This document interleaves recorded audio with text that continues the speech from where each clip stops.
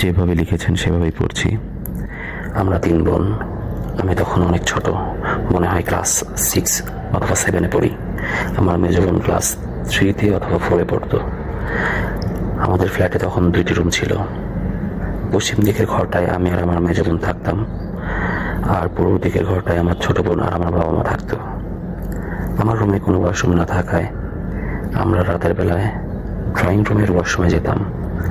একদিন রাতে তখন আনুমানিক 3টা অথবা 4টা বাজে। আমার ঘুম ভেঙে গেল। আমি বিছানায় উঠে বসলাম। আমার অনেক পানির পিপাসা পেয়েছে।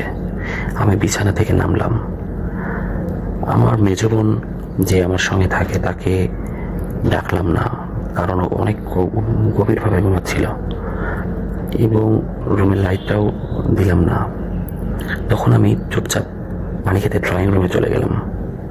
পানি খেয়ে আমি রুমে আসার জন্য পিছনে ঘুরতেই হঠাৎ দেখি আমার মেজ বোন আমার পিছনে দাঁড়িয়ে আছে। তখন আমি হকচকিয়ে গেলাম।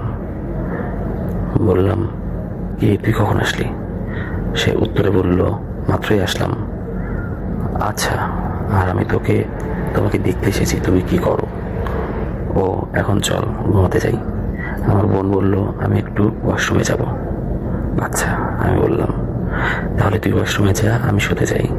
আমার বোন অনেক ভীতু ছিল, তাই আমি ভেবেছিলাম সে বলবে, না, একটু ওয়াশরুমের সামনে দাঁড়াও। তখন আমি আবার অবাক হইলাম যে সে আমাকে বলল, ঠিক আছে, তুমি শুতে যাও, আমি আসতেছি। তারপর আমি কিছু না মনে করে বিছানায় এসে পড়লাম। কিন্তু আমি রুমে এসে দেখি আমার পাশেই কারো অস্তিত্ব অনুভব করলাম। আমি খেয়াল করে দেখলাম আমার বোন আমার পাশে শুয়ে আছে। তখন আমি অনেক ভয় পেয়ে গেলাম। আমি তখন দোয়া পড়তে শুরু করলাম। চোখ বন্ধ করে দোয়া পড়তে পড়তে ঘুমিয়ে পড়লাম। পরের দিন সকালে আমি আমার বোনকে জিজ্ঞেস করলাম, তুই কি কালকে রাতে ঘুম থেকে উঠেছিলি? কিন্তু ও বললো, না, আমি তো কালকে রাতে একবারের জন্য ঘুম থেকে উঠিনি। এরকম কয়েকবার হয়েছে। আমাকে আর আমার বোনকে আমার বাবা হুজুর নিয়ে এসে দোয়া পড়িয়ে ঝাড়ফুঁক করে দিলেন।